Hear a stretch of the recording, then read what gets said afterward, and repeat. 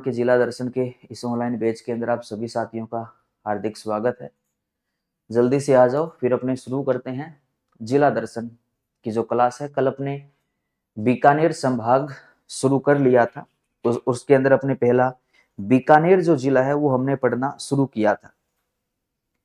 पहले तो सभी को गुड मॉर्निंग, राम राम। और सबसे पहले कल जो आपको चीजें बताई थी बीकानेर जिले की जियोग्राफी के अंदर, उसके अंदर कोई डाउट अगर आपके कोई सामने आया है या कोई बात ऐसी जो आपको समझ ना आई है तो आप जल्दी से कमेंट करके बता दो, फिर अपने आगे शुरू करते हैं। उससे पहले हाँ जी, गुड मॉर्निंग सभी को, नमस्कार। जल्दी से आ जाओ लाइव, फिर अपने क्लास शुरू करते हैं।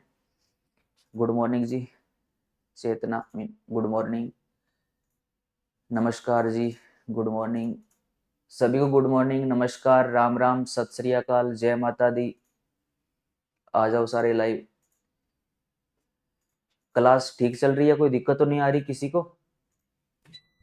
चलो, कोई भी किसी भी प्रकार की दिक्कत आए ना, किसी भी प्रकार की कोर्स से संबंधित कोई दिक्कत आए या कोई अन्य कोई आपके दिमाग में हो कि किसकी तैयारी करें, क्या प्लान करें, किस हिसाब से पढ़ें, कुछ भी आपके दिमाग में आए तो आप बेझिझक वो बात लाइव क्लास के अंदर भी कर सकते हो। अगर नहीं कर सकते तो उसके बैच के अंदर एक डाउट सेशन वाला भी फोल्डर है, उसके अंदर आप कमेंट करके छोड़ दिया करो, वो मैं देखता हूँ। तो उसके अंदर आपका जो भी है, जहां तक संभव हो वहां तक आपके साथ में बिल्कुल वो बात डिस्कस करूंगा।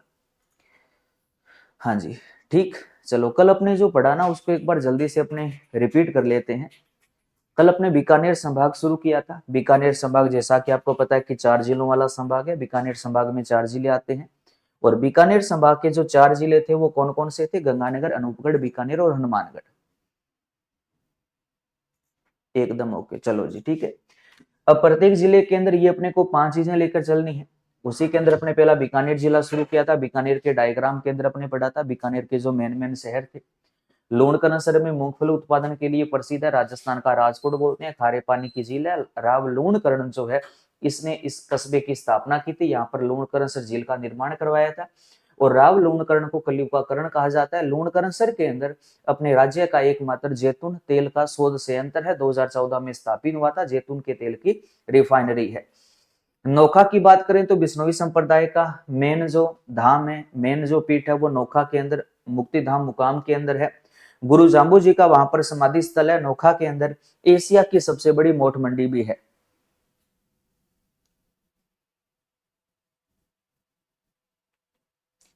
अनीता जी, बिल्कुल। खाजूवाला और छत्तरगढ़ जो है ना अनूपगढ़ में चले गए थे, लेकिन उनको वापिस बीकानेर में ऐड कर दिया।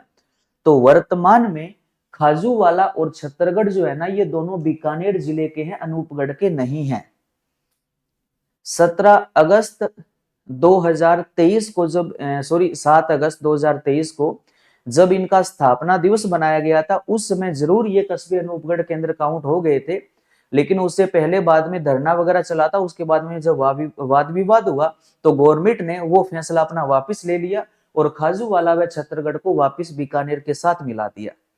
तो अब याद रखो, खाजूवाला और छत्तरगढ़ जो है ना, ये दोनों बीकानेर जिले के हैं, अनूपगढ़ के नहीं है। अनूपगढ़ जिला पूर्णतः श्री गंगानगर से अलग होकर नया जिला बना है। पहले वो दो से अलग हुआ था, गंगानगर व बीकानेर से। वर्तमान में अनूपगढ़ केवल गंगानगर से अलग होकर नया जिला अस्तित्व में आया है। हाँ नेताजी, बिल्कुल आपकी जो बात है ना वो सही है, क्योंकि जब नए जिले बन गए थे, नए जिले के बनने के हाथों हाथ मार्केट में जिला दर्शन की जो भी पुरानी किताबें आई थी, उन सब के अंदर किताबों के अंदर ये लिखा हुआ है कि खाजूवाला छत्तरगढ़ अनूपगढ़ में है। लेकिन आपने शायद करण जी के अखबार वगैरह के थोड़ा टच में रहा करो, उसके बाद वहां पर वाद विवाद भी हुआ था, थोड़ा धरना प्रदर्शन भी वहां पर चला था। तो सरकार ने बाद में ये अंतिम रूप से आदेश पारित कर दिया था कि खाजूवाला और छत्तरगढ़ जो है ना, हम इन दोनों को वापस बीकानेर में मिलाते हैं और ये दोनों बीकानेर जिले के ही माने जाएंगे, अब अनूपगढ़ में नहीं माने जाएंगे। ठीक है नेताजी, कोई दिक्कत नहीं है। बिल्कुल हाँ, ऐसे डाउट है ना वो बताया करो, ताकि वो चीज आपको ढंग से समझ में आ जाए। तो याद रखो, अब ये दोनों बीकानेर के हैं, अनूपगढ़ के नहीं है। अनूपगढ़ जिला 100% वर्तमान में श्री गंगानगर से ही अलग होकर नया जिला बना है। ठीक, डाउट क्लियर? आगे देखो, कोलायत कपिल मुनि की तपोस्थली है। कपिल मुनि सांख्य दर्शन के सबसे बड़े ज्ञाता थे, विद्वान थे। कोलायत झील भी यहीं पर है, जहां पर कार्तिक पूर्णिमा को विशाल मेले का आयोजन भी होता है। बज्जू जो है यहाँ पर एक अपने राज्य का आखेट निषिद्ध क्षेत्र है, बज्जू बीकानेर में, हालांकि बीकानेर में 5 है, आगे पढ़ेंगे। पुगल जो कस्बा है, यहाँ से भेड़ की एक देसी नस्ल पुगल नस्ल की उत्पत्ति मानी जाती है, भेड़ की नस्ल है। और छत्तरगढ़ जो है वो इंदिरा गांधी नहर से संबंधित है, आगे चर्चा करेंगे। उसके बाद हमने बीकानेर के बारे में सामान्य परिचय शुरू किया था, जिसमें बीकानेर के प्राचीन नाम पड़े थे राती घाटी, जांगला प्रदेश, कुरु जांगला, भाद्रे जांगला, जांगलू प्रदेश। उपनाम ऊन का घर, ऊन की मंडी, ऊन का बाजार कहा जाता है। संस्थापक राव बीका था। 1488 में आखा तीज के दिन उसने बीकानेर शहर की स्थापना करवाई थी, वैशाख शुक्ला तृतीया को। स्थलीय सीमा पाकिस्तान के साथ में अंतरराष्ट्रीय सीमा साझा करता है 168 किलोमीटर की। और बीकानेर के पड़ोसी जिले अनूपगढ़, श्री गंगानगर, हनुमानगढ़, चूरू, नागौर, फलोदी और जैसलमेर है। उसके बाद बीकानेर की जलवायु की बात करें तो भारतीय मौसम विभाग के अनुसार शुष्क जलवायु है, कोपेन के अनुसार BWHW है, थोर्नमेट DB है और ट्री वार्ता BSH है। हाँ जी, अब बीकानेर से कोई भी जिला अलग नहीं हुआ है, बीकानेर जैसा था वैसा का वैसा पड़ा है। अनूपगढ़ केवल गंगानगर से अलग हुआ है, ठीक। उसके अलावा देखिएगा, मिट्टी की बात करें तो बीकानेर में रेतीली, बलुई, मरुस्थलीय मिट्टी का विस्तार है। और कृषि विभागीय वर्गीकरण जो मिट्टी का था उसके अनुसार बीकानेर में जिप्सीफेरस मृदा पाई जाती है। वैज्ञानिक वर्गीकरण की बात करें तो यहाँ पर मरुस्थल वाले क्षेत्र में 2 प्रकार की मिट्टियां हैं, एंटी सोइल और एरिडी सोइल। तो ये इस वाले क्षेत्र में अधिकांश रूप से मिलती है। कृषि के फील्ड में कल अपने पढ़ा कि बीकानेर जो है वो मूंगफली, चना, गवार, मोठ, दाल व कुल तिलहन के उत्पादन में प्रथम स्थान पर रहा। अब की बार 2021-22 के जो आंकड़े थे उसके अकॉर्डिंग। मंडी या कृषि विपणन या कृषि जिन्स की बात करें तो बीकानेर के लूण कनसर में मूंगफली मंडी है। नोखा बीकानेर में एशिया की सबसे बड़ी मोठ मंडी है। अनुसंधान केंद्र की बात करें तो बीकानेर में बेर का अनुसंधान केंद्र है, खजूर का अनुसंधान केंद्र है और दोनों की स्थापना 1978 के अंदर हुई थी। याद कर सकते हो 1978 के अंदर ही, जोड़कर याद रखना, राजस्थान राज्य कृषि बीज निगम, राजस्थान राज्य कृषि बीज निगम की स्थापना भी जयपुर में कब हुई थी? 1978 में हुई थी, जोड़कर याद कर लेना। बीकानेर में बेर और खजूर अनुसंधान केंद्र भी 1978 में है और राजस्थान राज्य कृषि बीज निगम भी 1978 में जयपुर में गठित हुआ था। एशिया की सबसे बड़ी मंडी लूणकरनसर मूंगफली वाली नहीं है, एशिया की सबसे बड़ी मोठ मंडी नोखा बीकानेर वाली है। मूंगफली मंडी जो लूणकरनसर वाली है ना वो फेमस है, उसको एशिया की सबसे बड़ी मंडी नहीं बोल सकते। केंद्रीय शुष्क बागवानी अनुसंधान केंद्र बीचवाल बीकानेर में 1993 में स्थापित हुआ था और जैतून के तेल का शोध संयंत्र लूणकरनसर केंद्र 2014 में स्थापित हुआ था, यानी कि जैतून के तेल की रिफाइनरी है। उसके अलावा एक फैक्ट हमने ये पढ़ा कि अपने राजस्थान में एक संस्था का नाम आता है काजरी संस्था। केंद्रीय शुष्क क्षेत्र अनुसंधान जोधपुर में 1959 को वो स्थापित हुई थी। ऑस्ट्रेलिया और यूनेस्को की सहायता से काजरी की स्थापना की गई थी। उस काजरी संस्था के हमारे देश में 5 उपकेंद्र है, 5 में से 3 अपने राजस्थान में है, बीकानेर, जैसलमेर, पाली। एक गुजरात भुज के अंदर है और एक लद्दाख के अंदर है। तो बीकानेर जो है यहाँ पर काजरी का एक उप केंद्र भी संचालित होता है, क्योंकि काजरी के अपने राजस्थान में 3 उपकेंद्र है, बीकानेर, जैसलमेर और पाली। और काजरी का हेडक्वार्टर कहां पर है? तो वो जोधपुर में है, जहां पर उसकी स्थापना 1959 में हुई थी। यहां तक हमने वो कल सारी चीजें पढ़ ली थी। अब चलिए आगे अपने शुरू करते हैं।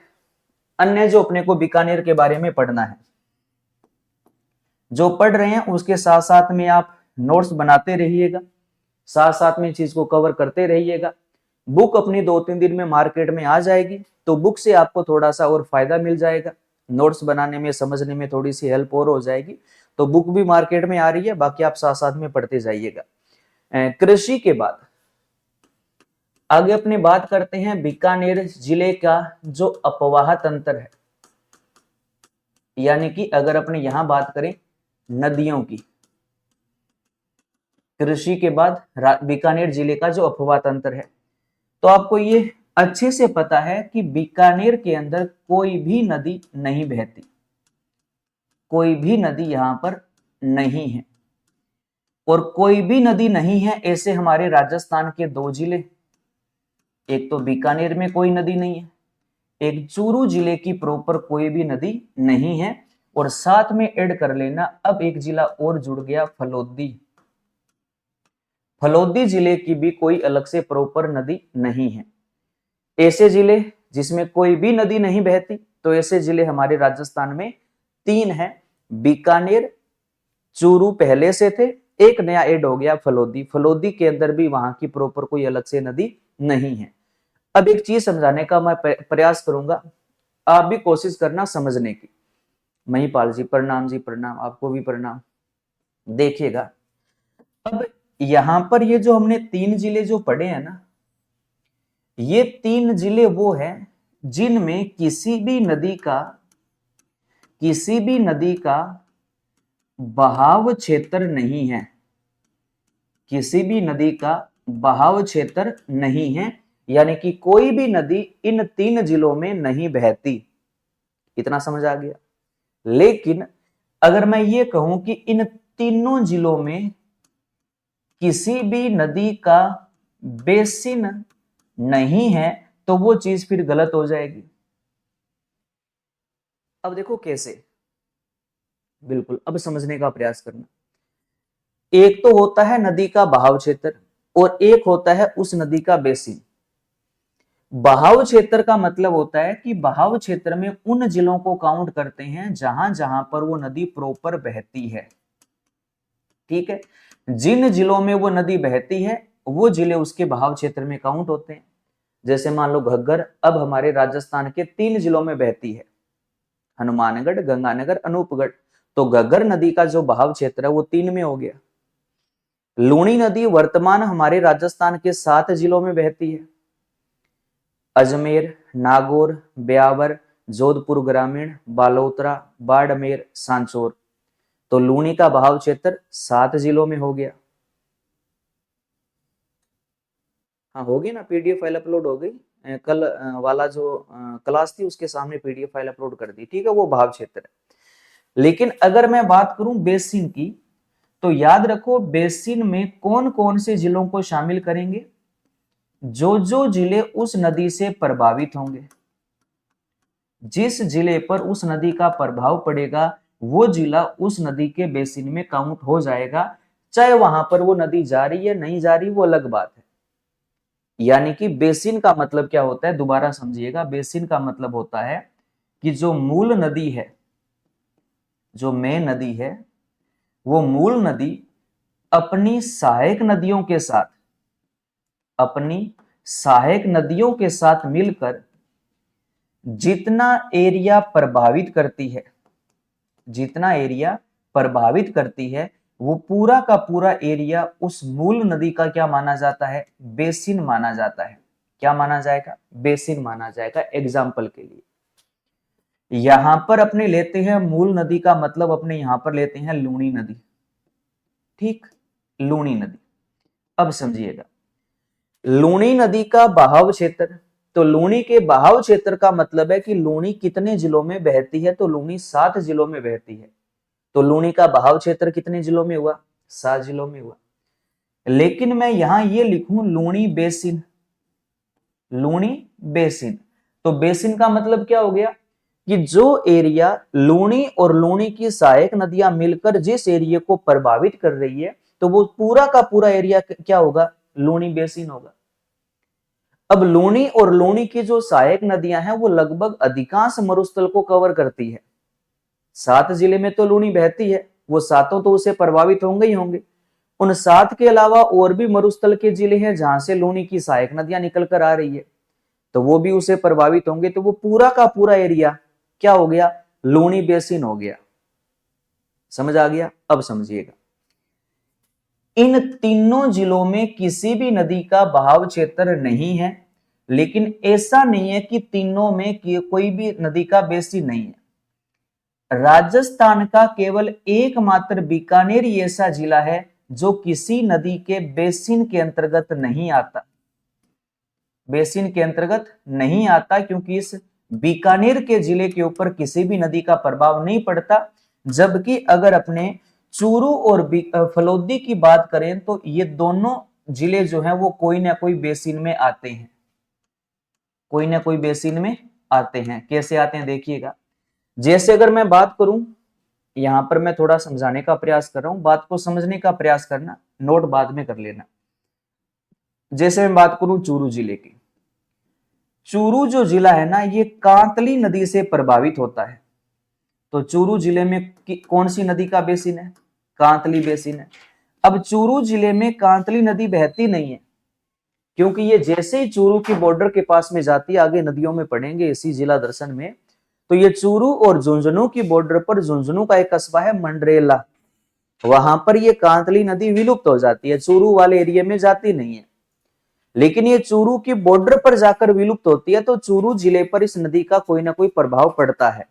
तो चूरू जिला कांतली के बेसिन में काउंट होता है, जबकि वहां पर कांतली का बहाव क्षेत्र नहीं है। तो चूरू कौन से बेसिन में आता है? कांतली बेसिन में आता है। अगर मैं बात करूं फलोदी जिले की, तो फलोदी वाला जो एरिया है, ये एरिया लगभग लूनी बेसिन के अंतर्गत आ जाता है। लूनी और लूनी की सहायक नदियां जो है ना, वो लगभग इस फलोदी वाले एरिया पर प्रभाव डालती है। पूर्णतः प्रभाव नहीं डालती, आंशिक प्रभाव डालती है। फलोदी का जो जोधपुर ग्रामीण के पास वाला जो एरिया है ना, वहां पर लूनी का जो मैदान बनता है, उस मैदान का विस्तार उस वाले क्षेत्र में भी देखने को मिलता है। अब दो प्रश्न बने, ऐसे जिले जिसमें किसी भी नदी का बहाव क्षेत्र नहीं है, तो ऐसे जिले बीकानेर, चूरू और फलोदी है। राजस्थान के ऐसे जिले जो किसी भी नदी बेसिन के अंतर्गत नहीं आते, तो ऐसा जिला केवल एक ही है, बीकानेर, जो किसी भी नदी बेसिन के अंतर्गत नहीं आता। अगर बीकानेर ऑप्शन में ना हो, तो हम दूसरे नंबर पर फलोदी को रख सकते हैं, क्योंकि फलोदी लूनी बेसिन के अंतर्गत उसका थोड़ा सा आंशिक भाग आता है, जबकि चूरू जिले को किसी बेसिन के अंतर्गत नहीं आता। ऐसा मत बोलना, क्योंकि चूरू जो जिला है वो कांतली बेसिन के अंतर्गत आता है। इतनी बात समझ आई? अब इसको लिखना कैसे है वो देखिएगा। जैसे ऐसे जिले जिसमें किसी भी नदी का बहाव क्षेत्र नहीं है, ऐसे जिले जिसमें कोई भी नदी नहीं बहती, तो ऐसे जिले एक तो है बीकानेर, एक है चूरू और एक है फलोदी। इन तीन जिलों में कोई भी यहां की अलग से कोई नदी नहीं है। लेकिन अगर प्रश्न आ जाए, राजस्थान के ऐसे जिले जो किसी भी नदी बेसिन के अंतर्गत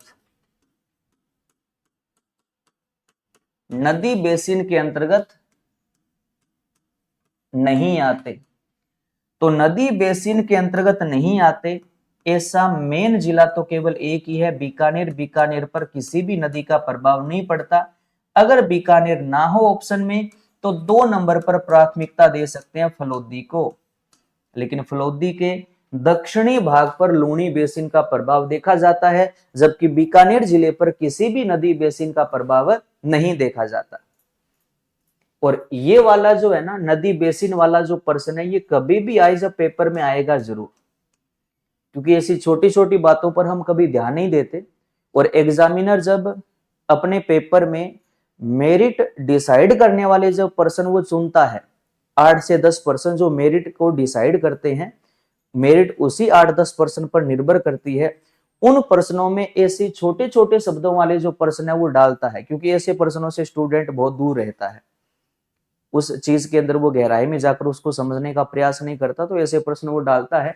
और कहीं ना कहीं मुझे ये लगता है कि आप जैसे इस क्लास को लगा रहे हैं, तो आपको ये पता है, आप एक प्रैक्टिकल करके देखना, ये वाला पर्सन है ना, किसी भी स्टूडेंट से पूछ कर देखना, वो आपको ना यही बताएंगे, बीकानेर चूरू। अगर नया पढ़ा हो तो वो फलोदी बता देंगे, यही बताएंगे, गारंटी है। आप ट्राई कर लेना क्लास के बाद किसी से पूछकर, ये वाली चीज वो नहीं बता पाएंगे, क्योंकि अपने पढ़ते ही केवल यही है कि नदी का जो बहाव है वही नदी का बेसिन, लेकिन दोनों में बहुत अंतर होता है। आगे आप और समझोगे, नदियों के 3 पार्ट होते हैं, एक नदी का बहाव होता है, एक नदी का बेसिन होता है, एक नदी का मैदान होता है। तीनों अलग अलग चीजें होती है, और तीनों के जो नाम होते हैं ना, उनका निर्धारण करने का भी एक अलग प्रोसेस होता है।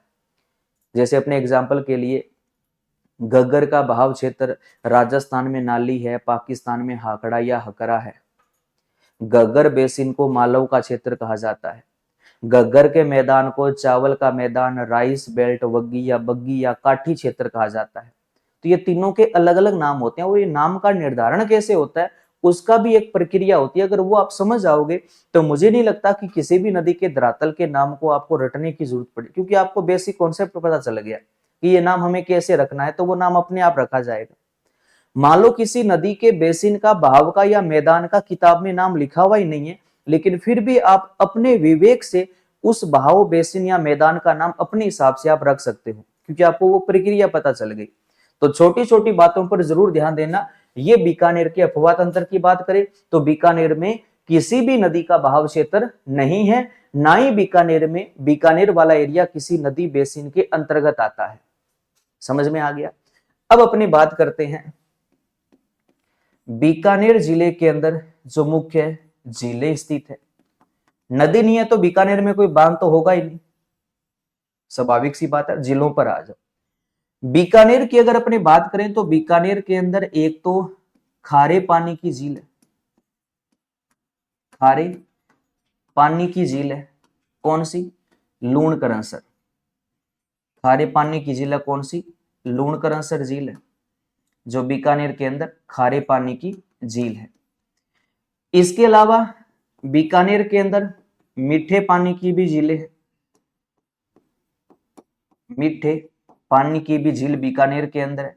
अब जल्दी से बीकानेर में जो मीठे पानी की झीलों के नाम है ना, आप कहां तक उस चीज को जानते हो जल्दी से कमेंट करके मीठे पानी की झीलों के जो नाम है वो जल्दी से बता दो।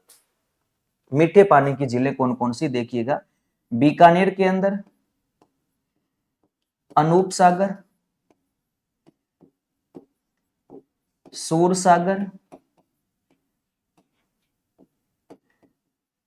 गजनेर, कोलायत।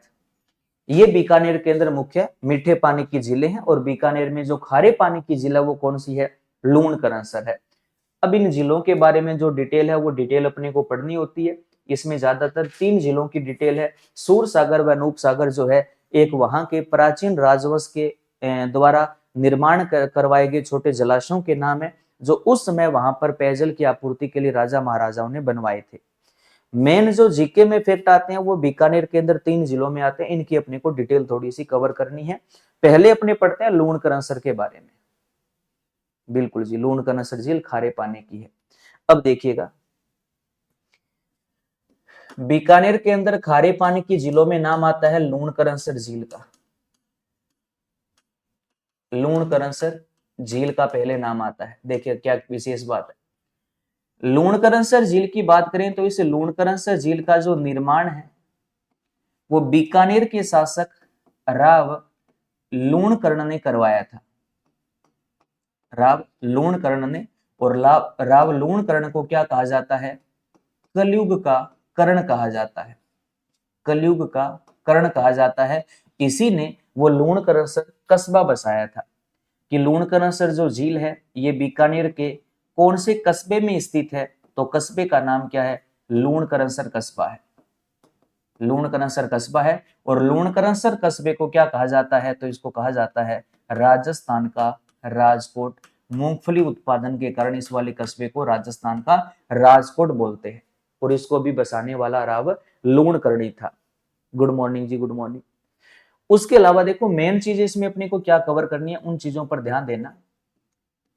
अब ये जो लूणकरणसर झील है, एक तो याद रखो ये लूणकरणसर झील उत्तरी राजस्थान में स्थित, उत्तरी राजस्थान में स्थित एकमात्र खारे पानी की झील है। उत्तरी राजस्थान में स्थित एकमात्र खारे पानी की झील है। खारे पानी की झील है। अब ये लाइन क्यों लिखी? क्योंकि अपने राजस्थान में ना अधिकांश खारे पानी की जो झीलें हैं ना वो पश्चिमी राजस्थान के मरुस्थल के अंदर है। उत्तरी राजस्थान में सबसे उत्तर साइड से अगर आप गंगानगर के कोना गांव से चलना शुरू करोगे तो पहली जो खारे पानी की झील आपको मिलेगी वो लूणकरणसर ही मिलेगी। तो ये उत्तरी राजस्थान की एकमात्र खारे पानी की झील मानी जाती है। अधिकांश खारे पानी की झीलें कहां पर है? पश्चिमी राजस्थान में, क्योंकि पश्चिमी राजस्थान का जो मरुस्थल है वो 33 महासागर का एक विस्तार माना जाता है। तो लगभग वहां पर खारे पानी की झीलें अपने को ज्यादा मिलती है। उत्तर में ये है। अब मेन चीज याद रखना कि जो लूणकरणसर जो झील है, इस झील में वैसे पर्याप्त नमक का उत्पादन होता नहीं है, थोड़ा बहुत नमक बनता है, जो लगभग किताबों में ये कहते हैं कि ये बस स्थानीय क्षेत्र में नमक की आपूर्ति हो, बस उतना सा नमक इसमें बन जाता है। लेकिन वो भी नमक हकीकत है कि अगर बीकानेर के कोई निवासी स्टूडेंट इस क्लास के अंदर जुड़े हैं तो उनको पता है कि उतना सा भी नमक इस झील के अंदर वर्तमान में तो नहीं बनता। काम की बात याद ये रखना कि जो लूणकरणसर झील का अगर मान लेते हैं अपने थोड़ा बहुत भी अगर नमक इसमें बनता भी है, तो उस नमक को सरकार ने वर्तमान में खाने की दृष्टि से अयोग्य घोषित कर दिया है कि लूणकरणसर झील में जो नमक बनता है ना, वो खाने के लिए बढ़िया नहीं है, खाने के लिए अयोग्य है।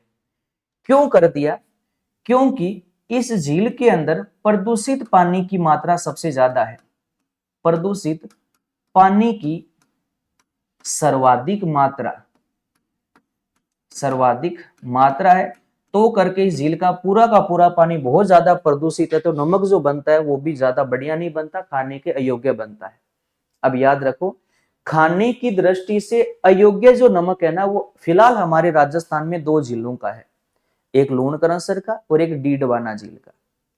डीडवाना कुचामन जिले में डीडवाना झील है, उसका नमक भी अयोग्य है क्योंकि उसके पानी में ज्यादा मात्रा सोडियम सल्फेट और सोडियम सल्फाइड की पाई जाती है, तो सरकार ने उसका नमक जो है वो खाने की दृष्टि से अयोग्य पहले से घोषित कर रखा था। इसका भी जो नमक है वो खाने में अयोग्य घोषित कर दिया क्योंकि झील के पानी में ज्यादा मात्रा किसकी है? प्रदूषित पानी की है। ये बीकानेर की खारे पानी की झील है, कौन सी? लूणकरणसर झील। उसके बाद में नाम आता है बीकानेर के अंदर मीठे पानी की झील की बात करें तो नाम आता है गजनेर झील।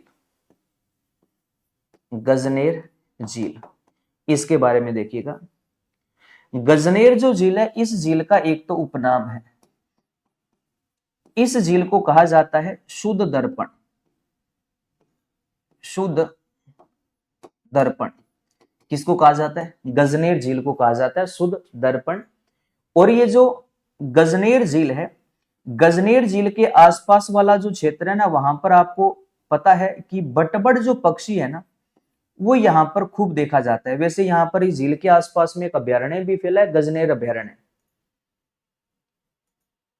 नहीं, अभी तक आई नहीं है, लगभग 2-4 दिन के अंदर मार्केट के अंदर आ जाएगी जिला दर्शन वाली जो बुक है, अभी तक आई नहीं है, 2-3 दिन में आ जाएगी। तो गजनेर वाला जो एरिया है ना, यहाँ पर एक गजनेर अभ्यारण्य भी फैला हुआ है, जंगल भी फैला है। उस जंगल में बटबड़ जो पक्षी है वो देखा जाता है। तो पर्सन घुमाने वाला तो ये भी कर सकता है कि बटबड़ पक्षी के लिए कौन सी झील फेमस है, तो वो गजनेर झील प्रसिद्ध है जिसके आसपास में बटबड़ पक्षी देखा जाता है। और बटबड़ जो पक्षी है, इसी को कहा जाता है रेत का तितर। रेत का तितर कहा जाता है और इसी का वैज्ञानिक नाम है imperial sand grouse. Imperial sand grouse, imperial sand grouse, ये बटबड़ पक्षी का वैज्ञानिक नाम है। और किस झील के ऊपर है? गजनेर झील पर है। जैसे देखो, सांबर जो झील है वो कुरंजा पक्षी के लिए प्रसिद्ध है। हालांकि कुरंजा पक्षी सबसे ज्यादा खिंचन फलोदी में देखा जाता है, लेकिन झील जो है कुरंजा के लिए वो सांबर झील प्रसिद्ध है। तो बटबड़ पक्षी के लिए कौन सी झील प्रसिद्ध है? तो वो गजनेर झील प्रसिद्ध है। और यही वो गजनेर झील है जो गजनेर अभ्यारण्य को जलापूर्ति करवाती है। इसी के पास में वो जंगल फैला हुआ है। और इसी झील का उपनाम क्या है? शुद्ध दर्पण है, जो बीकानेर के अंदर एक मीठे पानी की झील जो है वो मानी जाती है। इसके अलावा बीकानेर के अंदर एक प्रसिद्ध झील जो है वो हमारे काम की है, सबसे महत्वपूर्ण है, वो है कोलायत झील। कोलायत झील, और ये बीकानेर के जिस कस्बे में है उस कस्बे का नाम भी क्या है?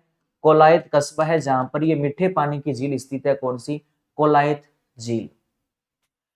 अब ये जो कोलायत झील वाला जो कोलायत कस्बा है, ये कस्बा एक तो कपिल मुनि की तपोस्थली माना जाता है।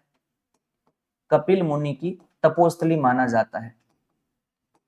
और कपिल मुनि जो थे, ये कपिल मुनि जो है ये सांख्य दर्शन के सबसे बड़े ज्ञाता माने जाते हैं।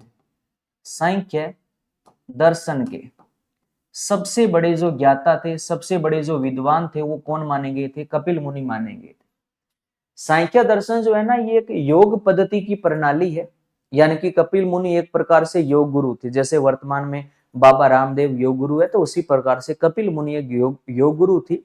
योग पद्धति की एक प्रणाली होती है सांख्य दर्शन, तो एक प्रकार के ये योग गुरु थी, उसकी सांख्य दर्शन के जो प्रणाली है उसके ये सबसे बड़े विद्वान माने गए थे।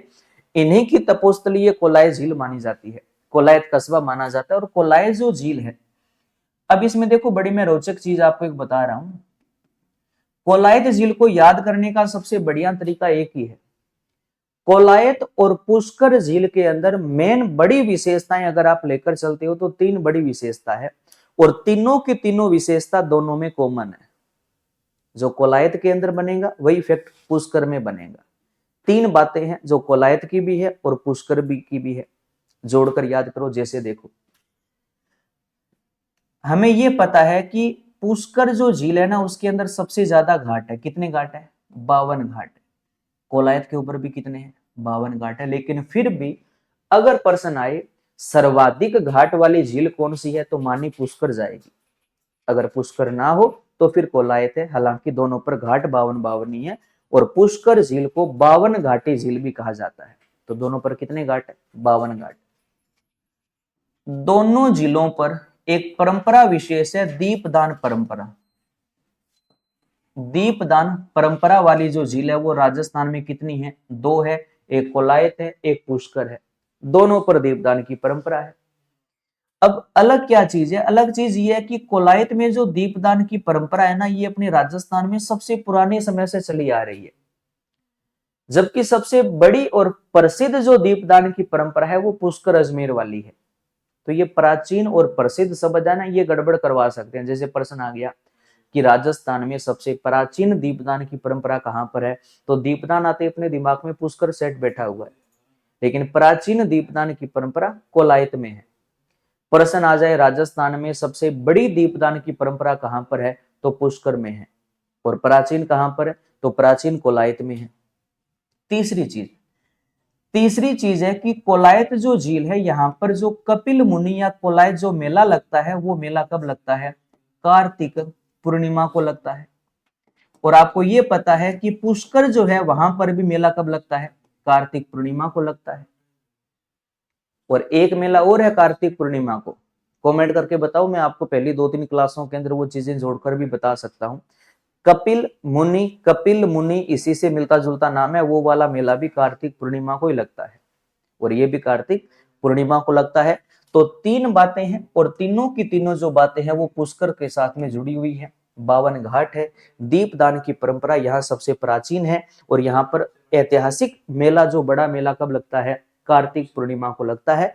इसके अलावा एक चीज और याद कर लेना कि जो कोलायत झील है, इस झील में चारण जाति के जो लोग हैं वो प्रवेश करना अशुभ मानते हैं। चारण जाति के जो लोग हैं वो इस झील में प्रवेश करना क्या मानते हैं? अशुभ मानते हैं। यानी कि चारण जाति के जो लोग हैं वो लोग इस झील को अपवित्र झील मानते हैं। क्या मानते हैं? अपवित्र झील मानते हैं। चारण जाति के लोग कभी झील में प्रवेश नहीं करते। और नहीं करने के पीछे जो साहित्य ग्रंथ है या धार्मिक जो ग्रंथ है उसके अंदर कहा भी जाता है कि चारण जाति की ये अपवित्र क्यों है? क्योंकि चारण जाति की कपिल धारा मेला, बिल्कुल ममता जी, कार्तिक पूर्णिमा को कपिल मुनि कपिल धारा मेला, बिल्कुल। चारणों की जो कुल देवी है वो करणी माता है, और कहते हैं कि करणी माता ने अपने बहन से एक लाखा नाम का पुत्र जो है वो गोद लिया था, और वो अचानक खेलते हुए कोलायत झील में गिर गया था, जिसके चलते उसकी मृत्यु हो गई थी। बाद में करणी माता जी ने अपनी शक्ति से उसको वापस जीवित कर लिया था, लेकिन ये चारण जाति में ये धारणा बन गई कि ये जो कोलायत झील है ना, ये हमारे वंश को नाश करने वाली झील है। तो उसके बाद से उस जाति के जो लोग हैं वो इस झील में कभी प्रवेश नहीं करते, और वो इस झील को अपनी अपवित्र झील मानते हैं। लगभग आप झीलों में ये पढ़ोगे कि कोई ना कोई झील है जो किसी न किसी जनजाति की जाति की पवित्र झील है, लेकिन कोलायत एक ऐसी है जो किसी एक जाति के लिए अपवित्र है। और किसके लिए है? चारण जाति इस झील को अपनी अपवित्र झील मानते हैं। और इस झील का अगर अपने देखें उपनाम, तो इस झील का उपनाम इसको कहा जाता है शुष्क मरुस्थल का, शुष्क मरुस्थल का सुंदर उद्यान। सुंदर उद्यान, इसी को कहा जाता है। सुंदर उद्यान कह दो या सुंदर मरु उद्यान कह दो, बात एक ही है, शुष्क मरुस्थल का सुंदर उद्यान। और शुद्ध दर्पण किसको कहा जाता है, तो वो गजनेर को कहा जाता है।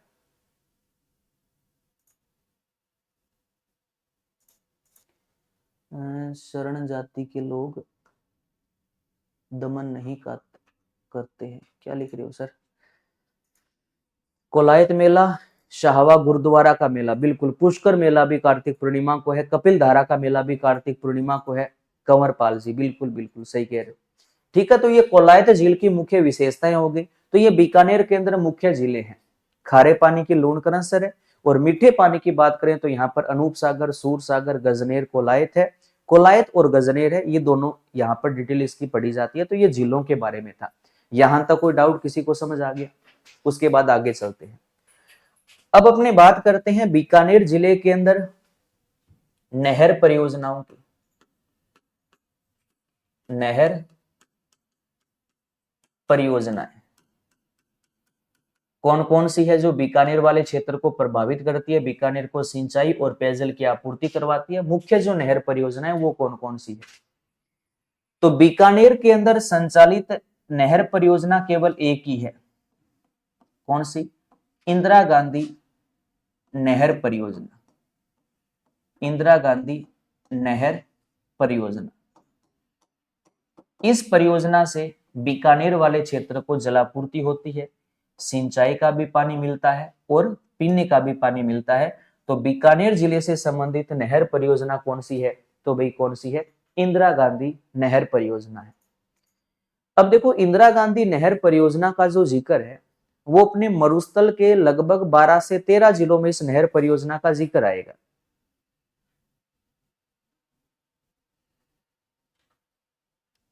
बिल्कुल बिल्कुल, स्नान नहीं करते, सही कह रहे हो। ठीक। अब देखो, इंदिरा गांधी जो नहर परियोजना है, इस परियोजना का जिक्र मरुस्थल के अंदर लगभग 12 से 13 जिलों में जिक्र आएगा।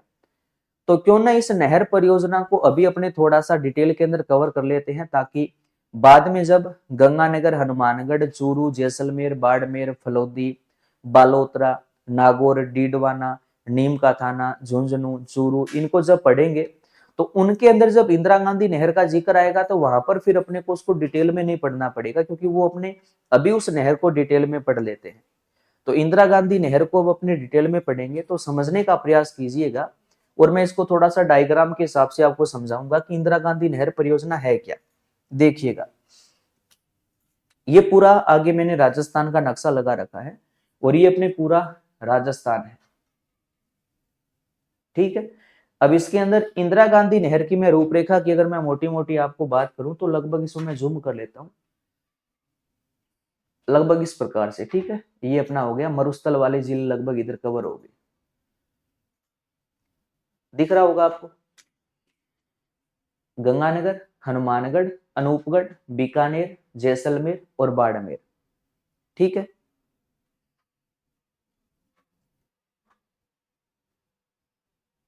बिल्कुल बिल्कुल, जिला दर्शन में सारी चीजें जो चलेगी वो डिटेल में चलेगी। अभी बीकानेर की जियोग्राफी चल रही है, उसके बाद बीकानेर जिले की कला संस्कृति चलेगी, वो भी पूरी डिटेल में चलेगी। फिर बीकानेर का हिस्ट्री पढ़ेंगे, वो भी पूरी डिटेल में पढ़ेंगे। फिर बीकानेर के अन्य जो महत्वपूर्ण तथ्य है उनको भी अपने डिटेल में पढ़ेंगे। सर उपनाम दोबारा बताओ। उपनाम देखो, कोलायत झील का जो उपनाम है वो है शुष्क मरुस्थल का सुंदर उद्यान। कोलायत का जो उपनाम है शुष्क मरुस्थल का सुंदर उद्यान, और गजनेर का जो उपनाम है झील का, गजनेर झील का, वो है शुद्ध दर्पण। गजनेर को शुद्ध दर्पण कहा जाता है। ठीक। अब अपने इंदिरा गांधी नहर के बारे में थोड़ी सी चर्चा कर लेते हैं, क्योंकि ये नहर बार बार हमारे सामने आएगी। जिला दर्शन में टेंशन मतलब, चाहे हिस्ट्री है, कल्चर है, जियोग्राफी है, वो पूरा अपने डिटेल में पढ़ेंगे। एक प्रकार से पूरा जो है ना इसका एक्सरे कर लेंगे, कि फिर बाद में जीके कहीं से आपको दोबारा पढ़ने की जरूरत ही ना पड़े। अब देखो इंदिरा गांधी नहर, मैं थोड़ा सा रफली इसमें डायग्राम बना दूंगा ताकि आपको थोड़ा समझ आ जाए। जैसे इंदिरा गांधी जो नहर है ना, ये नहर दो नदियों पर विकसित हुई थी। इस प्रकार से अपने मानते हैं दो नदियां हैं। एक तो मान लो यहां पर सतलज नदी है, ठीक है, और यहां पर ये व्यास नदी है। दो नदियां हैं, ठीक है, सतलज और व्यास। जहां पर दोनों का संगम होता है ना, वहीं पर बनाया गया हरिके बैराज। हरिके बैराज किन दो नदियों के संगम पर है? सतलज और व्यास के संगम पर है। कौन सा बैराज है? हरिके बैराज है। ठीक है। अब अगर अपने बात करें तो हरिके जो बैराज है, इसी से इंदिरा गांधी नहर को निकाला गया, जो पंजाब, हरियाणा, हनुमानगढ़, श्री गंगानगर, बीकानेर, जैसलमेर होते हुए कहां तक आ गई? बाड़मेर तक आ गई। यहां तक इंदिरा गांधी नहर, जो मेन नहर है, वो लगभग बाड़मेर के अंदर आती है। और यहां पर एक जैसलमेर का कस्बा पड़ता है, मोहनगढ़। क्यों काम का है, आगे समझ में आएगा। तो इंदिरा गांधी नहर को किस नदी पर विकसित किया गया? सतलज और व्यास पर। और मुख्य जो इंदिरा गांधी नहर है, वो राजस्थान में कहां कहां से गुजरती है? हनुमानगढ़, गंगानगर, बीकानेर, जैसलमेर, बाड़मेर, यहां से मेन इंदिरा गांधी नहर गुजरती है। और इसका उद्गम कहां से होता है? तो हरिके बैराज से, जो सतलज और व्यास दोनों के संगम पर बना हुआ है। समझ गए? अब आगे देखिएगा। इंदिरा गांधी जो नहर है, ये हमारे राजस्थान में हनुमानगढ़ जिले की सीमा से प्रवेश करती है। और इसका जो प्रवेश द्वार है, वो यहां पर टिब्बी तहसील का खारा गांव है। टिब्बी तहसील का खारा गांव है। यहां से इंदिरा गांधी नहर अपने राजस्थान में प्रवेश करती है। कहां से? टिब्बी तहसील के खारा गांव से। यह नहर का प्रवेश द्वार माना जाता है। और इसी हनुमानगढ़ में प्रवेश करने के बाद में लगभग हनुमानगढ़ में इसी के ऊपर एक हेड का नाम आता है, मसीता वाली हेड। मसीता वाली हेड कौन से जिले में? हनुमानगढ़ में है। इंदिरा गांधी नहर पर हेड है, कौन सी? मसीता वाली हेड। और टिब्बी तहसील के खारा गांव से यह नहर अपने राजस्थान में प्रवेश करती है। उसके बाद जैसलमेर का एक कस्बा इसके ऊपर आता है, मोहनगढ़। कौन सा कस्बा? मोहनगढ़ कस्बा आता है। और लास्ट ये जाती है बाड़मेर के गडरा रोड तक। गडरा रोड तक। और गडरा रोड जो है, वो इस नहर का 0 पॉइंट है। नहर का क्या है? 0 पॉइंट है। 0 पॉइंट का मतलब है नहर का जो अंतिम छोर होता है, उस नहर का लास्ट जिस कस्बे तक पानी जाता है, वो कस्बा उस नहर का 0 पॉइंट होता है। तो इंदिरा गांधी नहर का जो लास्ट पानी जाता है, वो गडरा रोड तक जाता है। तो गडरा रोड इस नहर का क्या है? 0 पॉइंट है। और जैसलमेर का कौन सा कस्बा है? इसके ऊपर मोहनगढ़ कस्बा है। और नहर का राजस्थान में जो प्रवेश द्वार है, वो टिब्बी तहसील का खरा गांव है। और हनुमानगढ़ में कौन सी हेड है? मसीता वाली हेड है। और इंदिरा गांधी नहर को किस नदी पर विकसित किया गया? सतलज और व्यास पर। उद्गम कहां से होता है? तो हरिके बैराज से नहर का उद्गम होता है। इतना समझ आ गया? ठीक है। अब देखिएगा, अब ये नहर बनाई क्यों गई थी? अब देखो, नहर जब बनी थी उस समय बीकानेर का शासक था महाराजा शार्दुल सिंह, जो एकीकरण विलय पत्र पर हस्ताक्षर उसने कर दिए थे। एकीकरण के समय बीकानेर के जो राजा थे, वो महाराजा शार्दुल सिंह ही थे। वो अपने कह सकते हैं कि बीकानेर रियासत के अंतिम शासक थे, महाराजा शार्दुल सिंह। उन्हीं ने इंदिरा गांधी नहर का जो है वो पूरा निर्माण कार्य करवाया था। उन्हीं के दरबार में एक इंजीनियर था, कंवर सेन, जिसने इंदिरा गांधी नहर का पूरा वो रूपरेखा तैयार की थी। तो कंवर सेन को इंदिरा गांधी नहर का मुख्य अभियंता भी कहा जाता है। अब हुआ ये था कि जो सतलज और व्यास है, इन नदियों का जितना भी पानी है, उसमें से अपने राजस्थान को 8.6 MF जो पानी है, ये अपने राजस्थान को दिया जाना निर्धारित हुआ था कि सतलज और व्यास में जितना भी पानी है, उसमें से हमें कितना पानी मिलेगा? 8.6 MF पानी जो है वो हमें मिलेगा। अब जब ये हिस्सा निर्धारित हो गया, तो इस हिस्से के निर्धारण से पहले हमारे राजस्थान में सतलज नदी से एक ही नहर निकल कर आ रही थी, वो थी गंग नहर।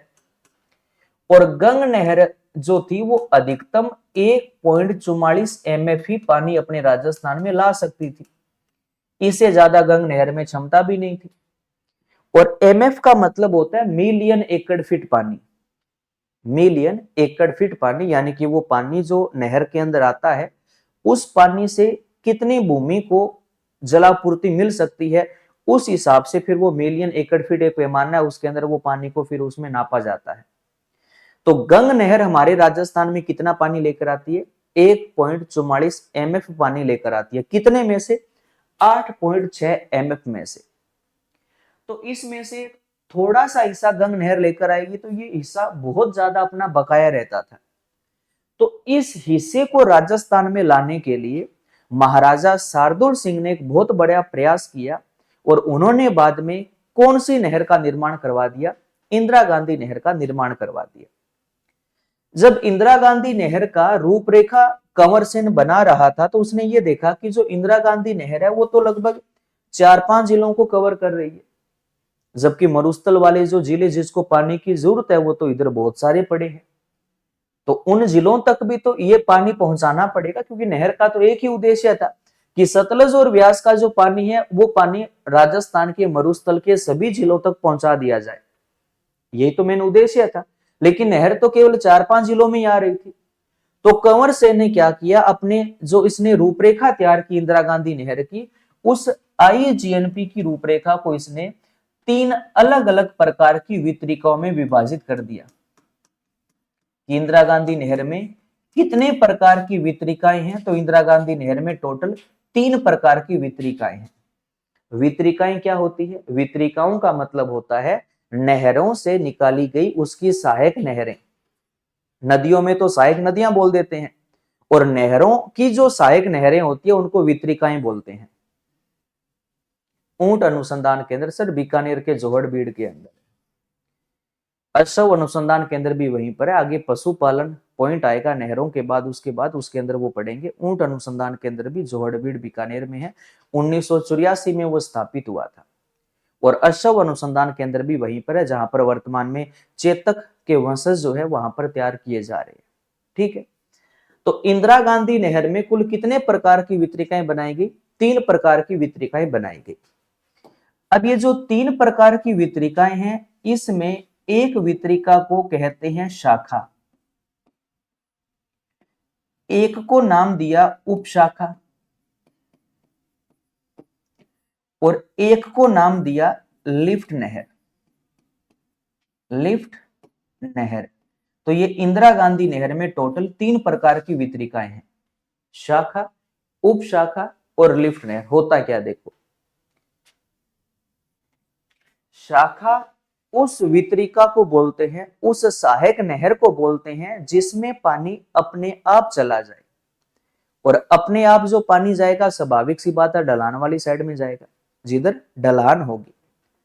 तो ढलान वाली साइड में जो भी सहायक नहरें निकाली गई इंदिरा गांधी नहर से, उन नहरों को क्या बोलते हैं? शाखा बोलते हैं।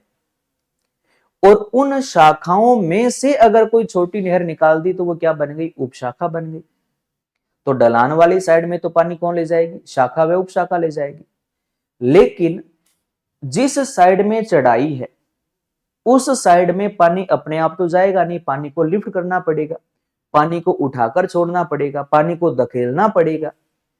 तो जिस सहायक नहर में पानी को धकेलना पड़ता है, यानी कि जो सहायक नहर चढ़ाई वाली साइड से निकाली जाती है, उन सहायक नहरों को क्या बोलते हैं? लिफ्ट नहर बोलते हैं। समझ आ गया? अब देखिएगा, अगर अपने राजस्थान की बात करें तो राजस्थान का जो खास मरुस्थल वाला जो एरिया है, और उस मरुस्थल की जो ढलान है वो पूर्व से पश्चिम की ओर है। अब देखो खास बात है, मरुस्थल की ढलान पूर्व से पश्चिम की ओर है, अरावली की ढलान पश्चिम से पूर्व की ओर है। जो मरुस्थल का धरातल है ना, उसकी ढलान तो क्या है? पूर्व से पश्चिम की ओर। और अरावली जो पर्वतमाला है ना, उसकी ढलान पश्चिम से पूर्व की ओर है। यही कारण है कि अरावली से जितनी भी नदियां निकलती है, वो नदियां अपना लगभग जो पानी है वो इधर पूर्वी साइड में ले जाती है, क्योंकि अरावली की ढलान उधर वाली साइड में, जबकि मरुस्थल की ढलान पूर्व से पश्चिम की ओर है। इसका मतलब है पाकिस्तान वाली साइड में ढलान है, तो पाकिस्तान वाली साइड में पानी अपने आप चला जाएगा। और इधर वाली साइड में अगर अपने कोई वितरिका बनाएंगे तो उसमें पानी अपने आप जाएगा, और जिसमें पानी अपने आप जाए उसको क्या बोलोगे? शाखा बोलोगे। तो नहर में अधिकांश शाखाएं जो है वो इधर पाकिस्तान वाली साइड से निकाली गई, और अगर आप नहर के बहाव क्षेत्र के हिसाब से देखोगे तो पाकिस्तान वाली साइड का मतलब है कि नहरों के अंदर, इस नहर के अंदर जो शाखाएं निकलती है वो मुख्य नहर के दाएं ओर से निकलती है, मतलब पाकिस्तान वाली साइड से निकलती है। जबकि इधर वाली साइड में चढ़ाई है तो इधर क्या निकालनी पड़ेगी, लिफ्ट नहरें निकालनी पड़ेगी। और बहाव क्षेत्र के हिसाब से देखा जाए तो ये वाली साइड कौन सी हो गई, बाएं ओर, बाएं ओर। यानी कि इंदिरा गांधी नहर में सभी शाखाओं को मुख्य नहर के दाएं ओर से निकाला गया और लिफ्ट नहरों को मुख्य नहर के बाएं ओर से निकाला गया। उप शाखा तो शाखा में से निकलती है, वो कोई दायां बायां नहीं होता। ये 3 प्रकार की वितरिकाएं हैं।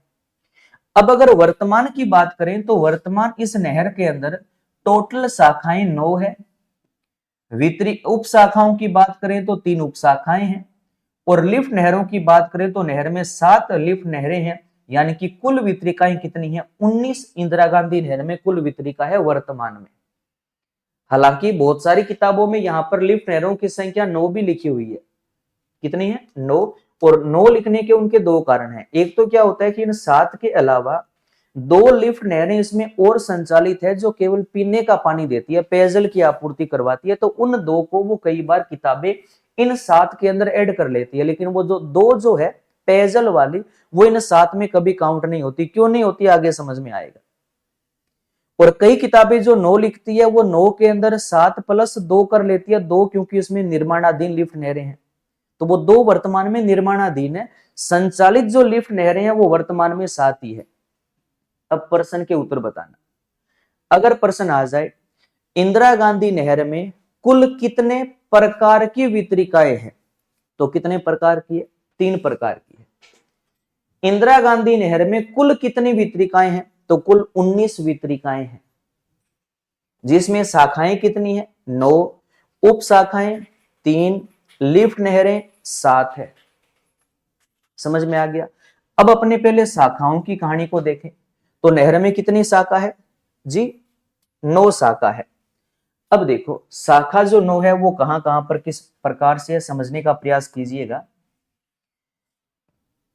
एक शाखा इधर हनुमानगढ़ में है और ये जो शाखा है ना, ये नहर के अंदर क्या अपवाद वाली शाखा है, क्योंकि ये देखो दूसरी साइड से निकल रही है, जबकि शाखाएं तो इधर पाकिस्तान वाली साइड में थी। तो ये नहर में एक अपवाद वाली शाखा है, ठीक है। उसके अलावा एक इधर गंगानगर में और एक इधर गंगानगर से अनूपगढ़ में जाती है, यानी कि 2 अपने गंगानगर में है। उसके अलावा बीकानेर की बात करें तो बीकानेर में इधर 4 शाखाएं निकाली गई है। कितनी है, 4 शाखाएं बीकानेर में निकाली गई है और 2 शाखाएं जो है वो जैसलमेर से निकाली गई है। 2 शाखाएं जैसलमेर के अंदर, टोटल संख्या इनकी 9 है। संख्या देखना, हनुमानगढ़ में 1, गंगानगर में 2, बीकानेर में 4, जैसलमेर में 2, टोटल हो गई 9। हनुमानगढ़ में 1 है, गंगानगर में 2 है, बीकानेर में 4 है और जैसलमेर में 2 है। टोटल कितनी हो गई, 9 हो गई। नाम क्या है इनके, नाम रट्टा लगाओ। हनुमानगढ़ वाली शाखा का नाम है रावतसर, रावतसर शाखा, जो ये कह सकते हो इंदिरा गांधी नहर में एक अपवाद वाली शाखा है। अपवाद वाली क्यों है, क्योंकि मुख्य नहर के बाएं ओर से निकलती है। उप शाखा में क्या होगा, उप शाखा में कोई दायां बाएं नहीं होगा। उप शाखा जो होती है ना, वो शाखाओं में से निकाली जाती है। जैसे मान लो ये शाखा है, इसमें से अगर अपने कोई और सहायक नहर बना दे तो वो उप शाखा बन जाती है, उसका कोई दायां बायां नहीं होता, ठीक है। हनुमानगढ़ वाली जो शाखा है उसका नाम क्या है, रावतसर शाखा, जो नहर की एक अपवाद वाली शाखा है।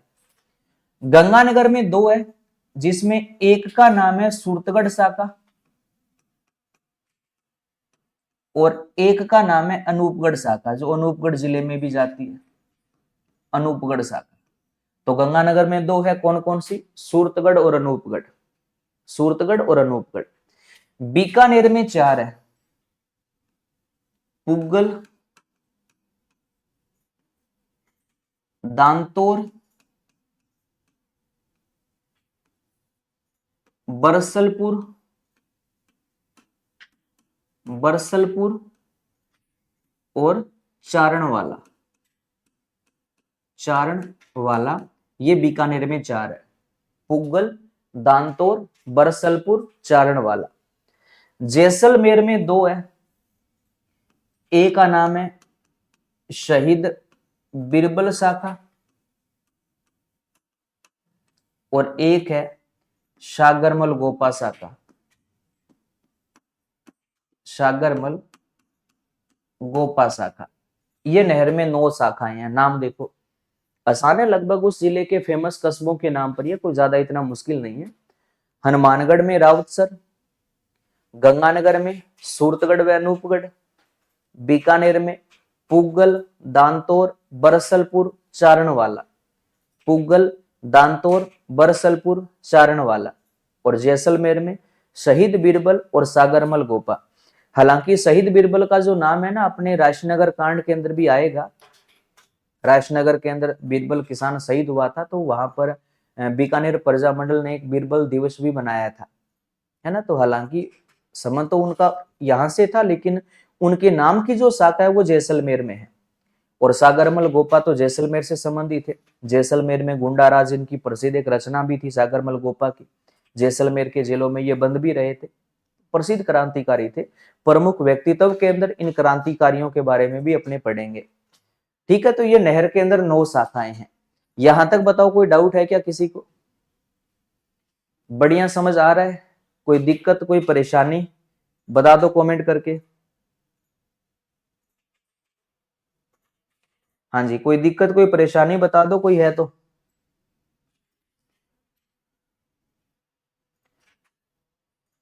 सूरतगढ़, अनूपगढ़, बिल्कुल जी, गंगानगर में सूरतगढ़, अनूपगढ़ है।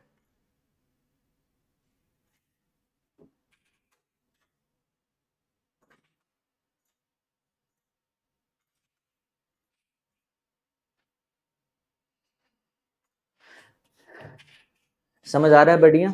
तो ये अपना जिला दर्शन वाला जो कोर्स है ना, वो इसी प्रकार से चलेगा। अपने प्रत्येक जिले के अंदर कोई भी फैक्ट आएगा ना, उसको पूरा डिटेल के अंदर ही पढ़ेंगे। तो वो टेंशन मत लेना कि जियोग्राफी के अंदर ये, कल्चर के अंदर कहीं जूनागढ़ दुर्ग वगैरह बताकर आगे चले जाएंगे, करणी माता जी का मंदिर देशनोक बता दिया फिर आगे चले जाएंगे, ऐसा नहीं होगा।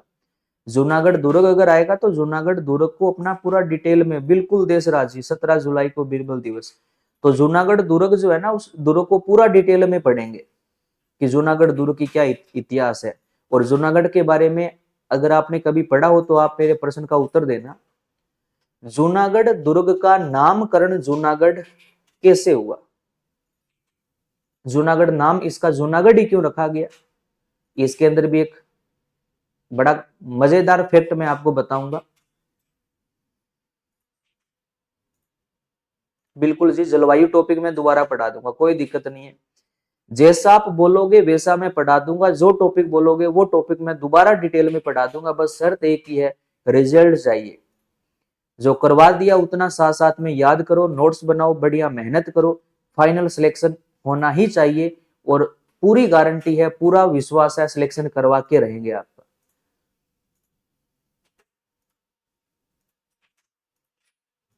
चलो बढ़िया है, ठीक है, पूरा डिटेल में, कोई दिक्कत नहीं, दोबारा करवा देंगे। चलो देखिएगा, इंदिरा गांधी नहर में 9 शाखाएं होगी। अब अपनी बात करते हैं उप शाखाओं की। अब देखो, एक छोटी सी बात मैं आपको बता रहा हूं। जीके में जो हम कई बातें जो पढ़ते हैं, हकीकत में वो बातें वैसी होती नहीं है। बहुत, अगर जैसे अपने बीकानेर जिले के बारे में पढ़ रहे हैं, तो बीकानेर के अंदर जो एग्जाम के अंदर जो चीज सही मानी जाती है, या जो किताबों में लिखी हुई है, या गवर्नमेंट अपनी किताबों में जो लिखती है, उसमें बहुत सारे फैक्ट है जो हकीकत में अलग होते हैं। लेकिन हकीकत में चाहे वो कुछ भी हो, हमें तो वही मानना पड़ता है जो एग्जामिनर अपनी आंसर की में विभाग फाइनल उसका सही उत्तर मानता है, तो अपने तो वही पढ़ने पड़ेंगे। और वो चक्कर अब आपके सामने आएगा जब अपने उप शाखाएं पढ़ेंगे। कैसे? देखो, उप शाखा का मतलब होता है कि जो शाखा में से निकाली जाती है।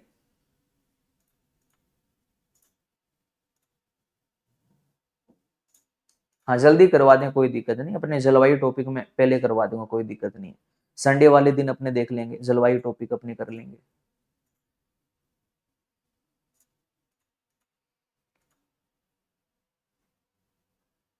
जूनागढ़ की जगह पर एक तांत्रिक था। उसके नाम पर उसका नाम जूनागढ़ पड़ा। तांत्रिक वाली देखो एक धार्मिक मान्यता है। हकीकत में अगर अपने फैक्ट के अंदर अगर जाएं, कॉन्सेप्ट ऊपर जाएं, जियोग्राफी के फैक्ट को साथ में जोड़ें, तो जूनागढ़ जो शब्द है ना, ये शब्द बहुत कुछ बताता है। जूनागढ़ के अंदर भी बहुत सारी बातें हैं, वो अपने आगे समझेंगे, देखिएगा। अब देखो उप शाखाओं की बात करते हैं कि जो हकीकत में है ना, ठीक है, हकीकत और जीके में क्या फर्क है। देखो इंदिरा गांधी नहर में आपको पता है 3 उप शाखाएं हैं, समझने का प्रयास कीजिएगा। अब ये जो मोहनगढ़ वाला जो कस्बा है ना, यहां पर आकर जो मुख्य नहर है वो खत्म हो जाती है। यानी कि जो ये मोहनगढ़ कस्बा जो है, ये मुख्य नहर का अंतिम बिंदु है। मुख्य नहर का अंतिम बिंदु है जैसलमेर का मोहनगढ़ कस्बा। यहां पर मुख्य नहर आकर समाप्त हो जाएगी। अब जो मोहनगढ़ है, इस मोहनगढ़ से लेकर गडरा रोड तक इसका जो पानी जाता है, वो पानी एक उप शाखा का जाता है।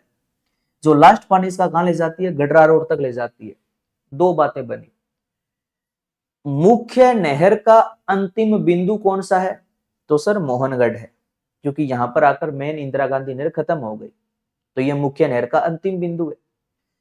इंदिरा गांधी नहर का अंतिम छोर कौन सा है, तो अंतिम छोर इसका कौन सा है, गडरा रोड है। और अंतिम छोर का मतलब है 0 पॉइंट है, समझ आया।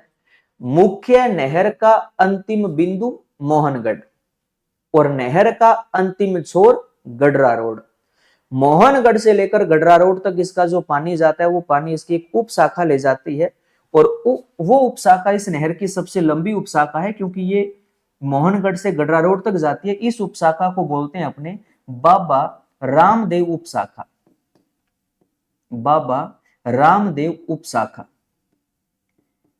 और इसी का पुराना नाम जो हुआ करता था, वो हुआ करता था बरकतुल्ला खां उप शाखा।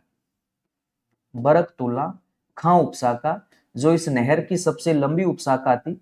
इसी को स्थानीय भाषा में वैसे गडरा रोड उप शाखा भी बोलते हैं, लेकिन वर्तमान में इसका जो नाम है वो बाबा रामदेव उप शाखा है। अब समझने का प्रयास करना कि हकीकत वाली जीके वाली में क्या बता रहा था। ठीक है, अब देखिएगा। अब हकीकत क्या है, हकीकत यह है कि जो बाबा रामदेव उप शाखा जो है ना, ये हकीकत में जो ये सागरमल गोपा शाखा जो है ना जैसलमेर वाली, इस सागरमल गोपा शाखा के अंतिम छोर से निकलकर ये गडरा रोड तक आती है। शाखा में से निकले वही तो उप शाखा है। तो हकीकत में तो ये कहां से निकलती है, सागरमल गोपा शाखा से निकलती है। लेकिन किताबों में या जीके में उसको यही पढ़ा जाता है कि ये वाली जो उपशाखा है ना, ये मोहनगढ़ से लेकर गडरा रोड तक है। और एग्जामिनर मानता भी इसको सही है, तो सही इसको मानता है तो अपने इसी को पढ़ लेते हैं, है ना। लेकिन हकीकत वो तो नॉलेज के लिए याद रखना कि ये वाली शाखा सागरमल गोपा शाखा के अंतिम छोर से निकलती है। लेकिन हमें क्या बताना है कि बाबा रामदेव उप शाखा जो है, ये मोहनगढ़ से लेकर गडरा रोड तक है, जो इस नहर की सबसे लंबी उप शाखा है, जो इसके 0 पॉइंट तक पानी लेकर जाने का काम करती है।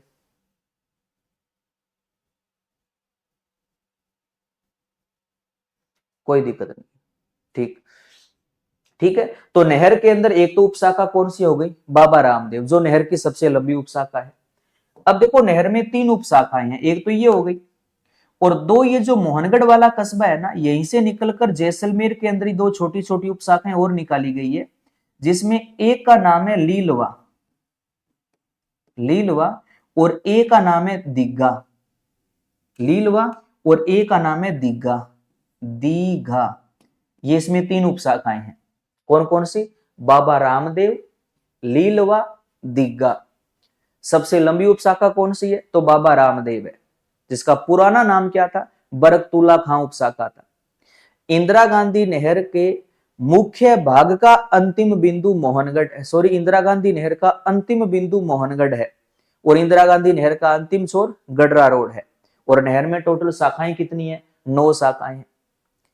अब देखो कौन सी शाखा का फायदा किस जिले को मिलेगा, तो स्वाभाविक सी बात है, जो शाखा जिस जिले में होगी केवल उसी को फायदा मिलेगा, क्योंकि आगे तो पाकिस्तान आ जाएगा।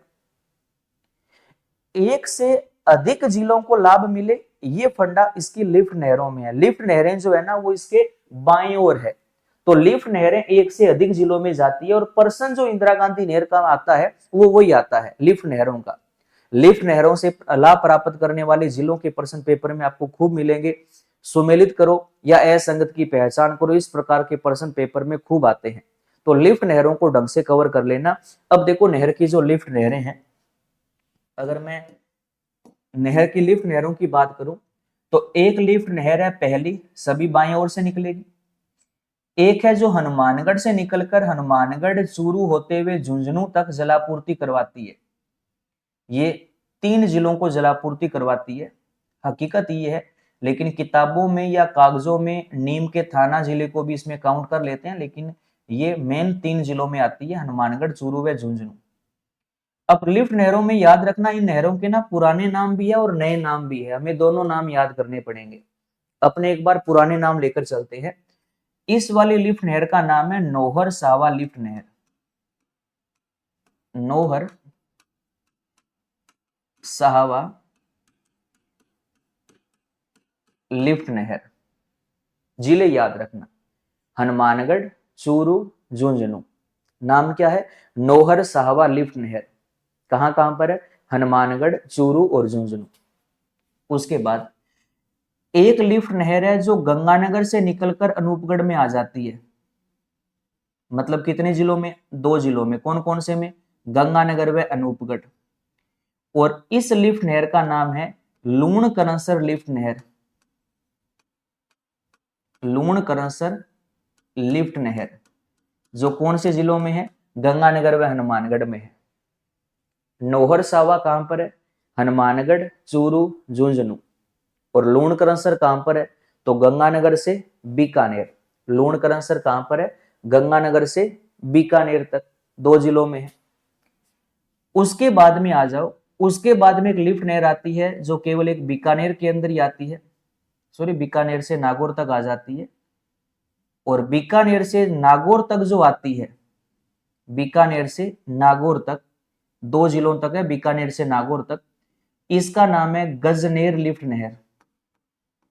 गजनेर लिफ्ट नहर जो कौन से 2 जिलों में? बीकानेर व नागौर में है।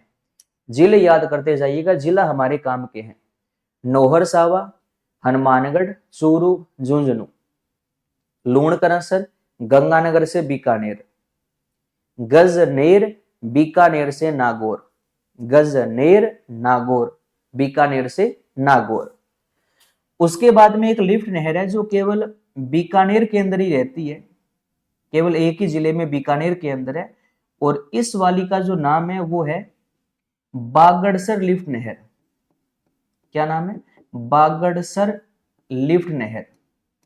बागड़सर लिफ्ट नहर जो केवल एक बीकानेर जिले के अंदर है, बागड़सर लिफ्ट नहर। और एक बीकानेर में है जो बीकानेर से होकर फलोदी तक जाती है। बीकानेर से फलोदी, बीकानेर से फलोदी। और इसका नाम है कोलायत लिफ्ट नहर। क्या नाम है? कोलायत लिफ्ट नहर। कोलायत लिफ्ट नहर। अब देखो, अगर आपके पास में अभी राजस्थान का नक्शा उपलब्ध है तो अच्छी बात है, नहीं है ना तो शाम तक, दोपहर तक, जैसे आपको टाइम मिले तो ये डायग्राम देखकर नक्शे के अंदर एक डायग्राम जरूर बना लेना, और ज्यादा बढ़िया क्लियर हो जाएगा। देखिएगा, जिले बताओ। नौहर सावा, हनुमानगढ़, चूरू और झुंझुनू। लूण करंसर गंगानगर से बीकानेर। गजनेर बीकानेर से नागौर। बागड़सर केवल बीकानेर। और कोलायत बीकानेर से फलोदी। कोलायत बीकानेर से फलोदी। उसके बाद में है जैसलमेर में आ जाओ। बीकानेर में 4 है। जैसलमेर के अंदर एक तो है जैसलमेर से फलोदी, और इसका नाम है फलोदी लिफ्ट नहर। फलोदी लिफ्ट नहर जो कहां से कहां तक है? जैसलमेर से फलोदी। और एक लास्ट है जो केवल जैसलमेर में ही है, और इसका नाम है पोकरण लिफ्ट नहर। पोकरण लिफ्ट नहर। मैं आगे इनको लिख दूंगा साफ साफ, थोड़ा और समझ में आ जाएगा। फलोदी जैसलमेर से फलोदी है, और पोकरण केवल जैसलमेर में है। अब एक बार ईमानदारी से ना जिले बताना लिफ्ट नहरों के, कोशिश करो याद करने की। नौहर सावा, हनुमानगढ़, चूरू और झुंझुनू। शेखावाटी को ये कवर कर लेगी। लूणकरनसर गंगानगर व बीकानेर, गंगानगर से निकलकर बीकानेर में जाती है, मेन बीकानेर की है। गजनेर बीकानेर और नागौर। बागड़सर व बीकानेर एक में ही है, बागड़सर व बीकानेर। कोलायत बीकानेर से जोधपुर, कोलायत बीकानेर से जोधपुर। फलोदी जैसलमेर से फलोदी, फलोदी जैसलमेर से फलोदी। और पोकरण केवल जैसलमेर में है, पोकरण केवल जैसलमेर के अंदर।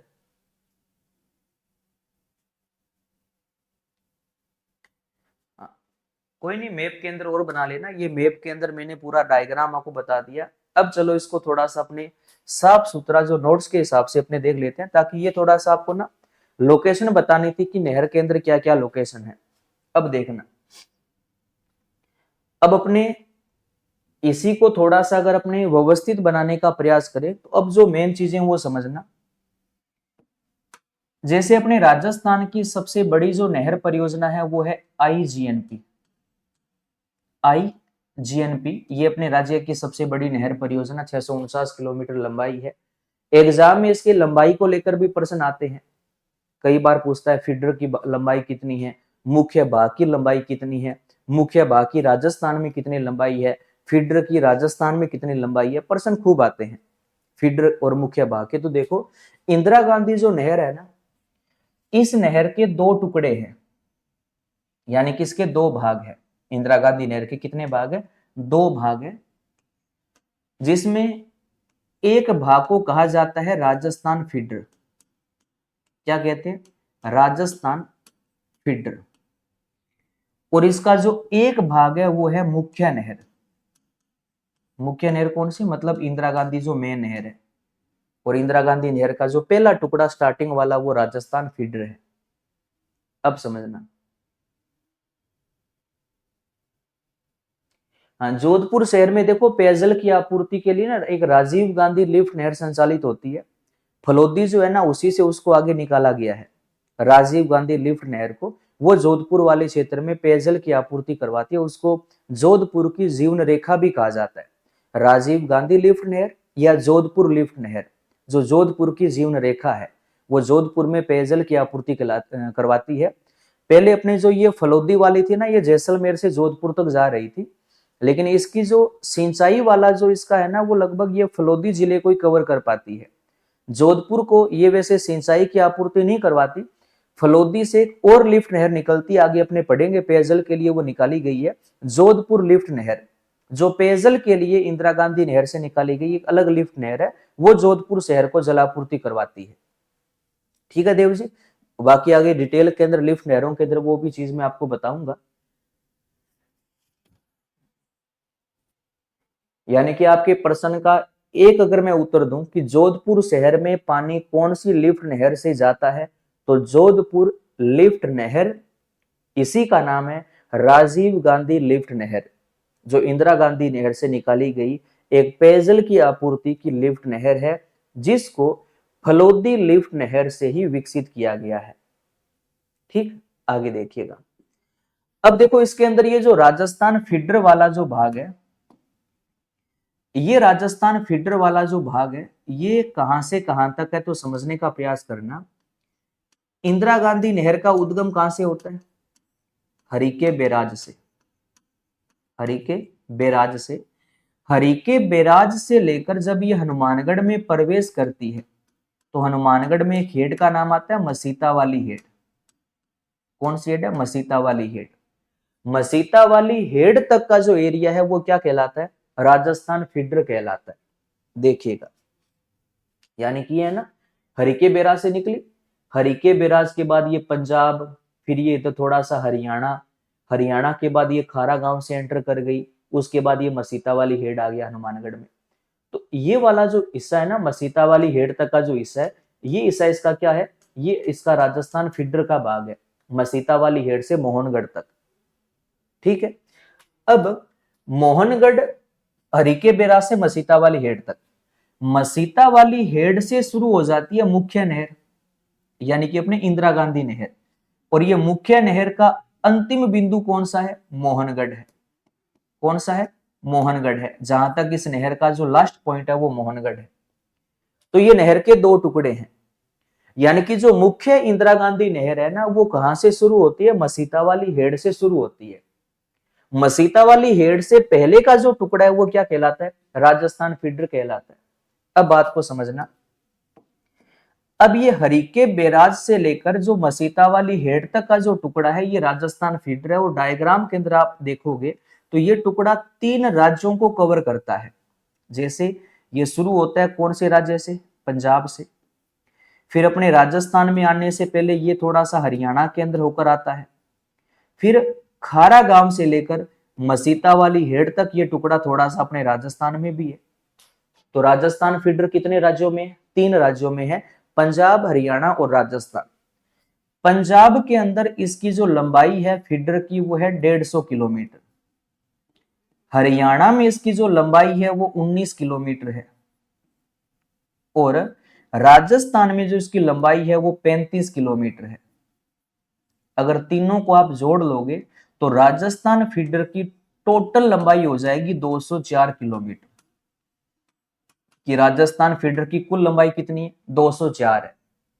204 में से हमारे राजस्थान के अंदर ये 35 किलोमीटर है, अपने खारा गांव से मसीता वाली हेड तक 35 किलोमीटर है।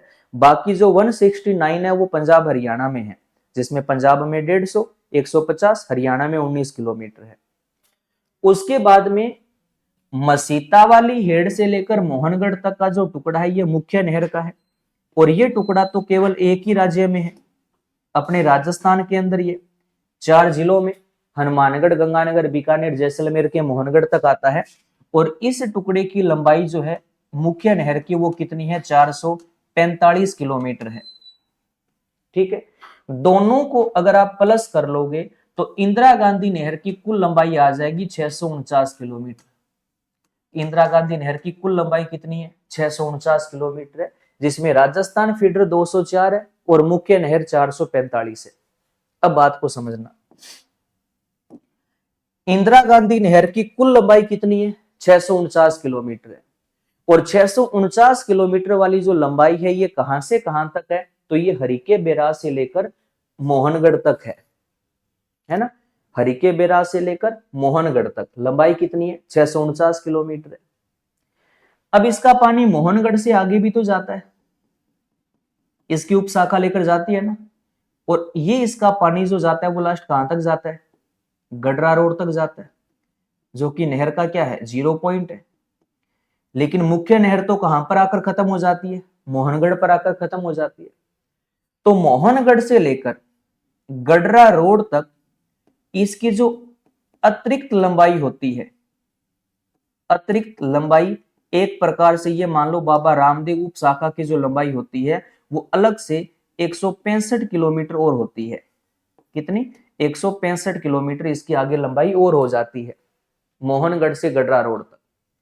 तो ये इंदिरा गांधी नहर में पूरा लंबाई का फॉर्मेट है। फॉर्मेट को समझना, प्रश्नों के उत्तर देना, ये थोड़ा और समझ में आएगा आपको। जैसे मान लो प्रश्न आ जाए कि इंदिरा गांधी नहर की कुल लंबाई कितनी है? तो 649 है। कई किताबों में 800 के लगभग भी लिखा हुआ है। 800 वो क्यों लिखते हैं? क्योंकि वो 165 किलोमीटर को साथ में जोड़ लेते हैं। लेकिन याद रखो इंदिरा गांधी नहर तो मोहनगढ़ तक ही है और विभाग नहर की लंबाई मोहनगढ़ तक 649 किलोमीटर ही मानता है। आपने 165 को कब जोड़कर बताना है? प्रश्न में जब वो 3 शब्दों का जिक्र करे। कौन से 3 शब्द? या तो वो ये कहे कि इंदिरा गांधी नहर की 0 पॉइंट तक लंबाई कितनी है, इंदिरा गांधी नहर की अंतिम छोर तक कुल लंबाई कितनी है, या इंदिरा गांधी नहर की गडरा रोड तक कुल लंबाई कितनी है। तब अपने क्या करेंगे? 649 में कितना जोड़ लेंगे? 165, तो वो गडरा रोड तक कुल लंबाई हो जाएगी। लेकिन अगर वो सीधा प्रश्न करे कि इंदिरा गांधी नहर की कुल लंबाई कितनी है, तो इंदिरा गांधी नहर तो भाई यहीं तक है और लंबाई कितनी है? 649 किलोमीटर है। समझ आ गया? प्रश्न आ जाए इंदिरा गांधी नहर के फीडर भाग की लंबाई कुल कितनी है, तो फीडर भाग की कुल लंबाई 204 किलोमीटर है। इंदिरा गांधी नहर के मुख्य भाग की कुल लंबाई कितनी है, तो मुख्य भाग की लंबाई 445 है। इंदिरा, अब ये प्रश्न ध्यान से सुनना, इंदिरा गांधी नहर की राजस्थान में कुल लंबाई कितनी है? राजस्थान में कुल लंबाई, राजस्थान में, अब देखो ये फीडर भी तो इंदिरा गांधी नहर का ही है, और ये राजस्थान में कितना है? 35 है। और ये भी पूरा का पूरा राजस्थान में ही है, कितना है? 445 है। तो 445 प्लस कर लो 35, कितना आ गया? 480 आ गया। तो राजस्थान में इंदिरा गांधी नहर की कुल लंबाई कितनी हो गई? 480 किलोमीटर हो गई। तो कहने का मतलब है इंदिरा गांधी नहर में एग्जाम में दो ही प्रश्न ज्यादा आते हैं, एक लंबाई का फॉर्मेट का और एक इसकी लिफ्ट नहरों का। लंबाई के फॉर्मेट का कोई मर्जी प्रश्न आ जाए, प्रत्येक प्रश्न का उत्तर आपको ये डायग्राम समझा देगा, इसको ढंग से कवर कर लीजिए। और बाकी इस नहर के बारे में और बीकानेर जिले की जियोग्राफी के बारे में कल वाली क्लास में आगे फिर आगे कंटिन्यू करेंगे अपने। उसके बाद शायद कल अपने बीकानेर की जियोग्राफी कंप्लीट हो जाएगी और कल अपने बीकानेर जिले की कला संस्कृति भी शुरू हो जाएगी। उससे पहले आज जो आपको बताई है बातें, उसमें कोई डाउट किसी को, या कोई बात आपको अगर समझ ना आई हो तो आप बताओ कमेंट करके। जो चीज आपको बता दी उसमें कोई डाउट, कोई दिक्कत, या कोर्स के अंदर कोई क्लास के अंदर कोई आपको परेशानी हो रही है, कोई भी समस्या हो रही है तो बता दो कमेंट करके, फिर अपने चलते हैं। जिला दर्शन वाली जो पुस्तक है ना, ये 2-3 दिन में मार्केट के अंदर आ जाएगी, तो वो पुस्तक के बारे में भी आप जरूर साथियों को बताइएगा। और अगर आपको इस कोर्स के अंदर मेरे द्वारा करवाया गया जीके अगर आपको ये बढ़िया से समझ में आ रहा है तो आप अपने साथियों के बीच इस कोर्स को जरूर शेयर करना कि ये सर का कोर्स है, बढ़िया करवा रहे हैं, तो आप भी इसको कोर्स को ज्वाइन करो। तो जरूर आगे से आगे साथियों को और जोड़ना, ताकि अपने साथी और भी साथ में जुड़े तो अपने और हौसला हो। बिल्कुल 649 है, 204 किलोमीटर है, बिल्कुल। हाँ जी, ठीक है। बाकी पढ़ते रहा करो, कोई टेंशन मत लिया करो, सरकारी नौकरी है, मिल जाएगी। जिंदगी से बड़ी नहीं है सरकारी नौकरी, ज्यादा इतनी टेंशन सरकारी नौकरी की लेनी नहीं है ना। बस आराम से बिना डरे घबराए, बिना कोई टेंशन लिए, मुस्कुराते हुए पढ़ते रहो, तैयारी करते रहो। एक्सपीरियंस जरूर होगा, नॉलेज बढ़ेगा, जो कहीं ना कहीं आगे हमारे जरूर काम आएगा। ठीक है, तो कल अपने इसी बीकानेर जिले को आगे कंटिन्यू करेंगे। जियोग्राफी कल बीकानेर की कंप्लीट करेंगे और बीकानेर जिले की कला संस्कृति को कल अपने शुरू करेंगे। ठीक। सो ब्यूटीफुल, सो वो क्या होता है चल रहा है ना आजकल वो वाला क्या, चलो बढ़िया है। हंसते रहा करो, मुस्कुराते रहा करो, टेंशन फ्री रहा करो। पढ़ाई से संबंधित कोई भी समस्या आपकी है तो वो समस्या आज से, वो आप वाली समस्या सारी मेरी समस्या है। कोई भी दिक्कत आए पढ़ाई के मामले में, फॉर्म के मामले में, कोई डिग्री कर रहे हो उसके अंदर कोई समस्या आपको लगे, किसी की तैयारी कर रहे हो वो चीज आपको समझ में ना आ रही हो, कोई फॉर्म भरना हो, मतलब स्टडी से संबंधित कोई भी समस्या जो आपकी है वो आज से वो समस्या मेरी है। तो बिना डरे, बिना घबराए, कोई भी दिक्कत आपको पढ़ाई के संबंधित आ रही है तो वो आप मेरे से जरूर शेयर करना, मैं जरूर आपको समस्या से बाहर निकालूंगा, ये मुझे विश्वास है। बाकी आप जुड़े रहिएगा, बढ़िया पढ़ते रहो, तैयारी करते रहो, मुस्कुराते रहो। सब्जेक्ट वो अभी तक एक बार पूनम जी उसका कोई है नहीं, अभी तो एक जिला दर्शन वाला चल रहा है। हाँ, संकल्प के यूट्यूब के ऊपर आपको उसकी जियोग्राफी की क्लासें मिल सकती है। बाकी ऐप के अंदर देख लो, शायद तक जियोग्राफी का कोर्स अलग से शायद ऐप के ऊपर पड़ा हो, एक बार आप चेक कर लेना। बाकी मैं आपको ना पूछ कर बता दूंगा, कल वाली क्लास के अंदर मैं आपको ये पूछ कर बता दूंगा कि इसकी जियोग्राफी क्लास का क्या सिस्टम है, वो आपको जरूर बताऊंगा। ठीक है, बाकी ध्यान रखिएगा, पढ़ते रहिए, मुस्कुराते रहिए। सर्दी बढ़ रही है, सर्दी से थोड़ा ध्यान रखिएगा। स्वास्थ्य जब तक स्वस्थ नहीं होगा तब तक तैयारी बढ़िया नहीं होगी, तो स्वास्थ्य भी स्वस्थ रहना जरूरी है, उसका भी ध्यान रखिएगा। बाकी बढ़िया पढ़ते रहो, मुस्कुराते रहो। कल वाली क्लास के अंदर फिर अपने मिलेंगे, तब तक आप सभी साथियों का बहुत बहुत धन्यवाद। ऐसे जुड़े रहिएगा, धन्यवाद।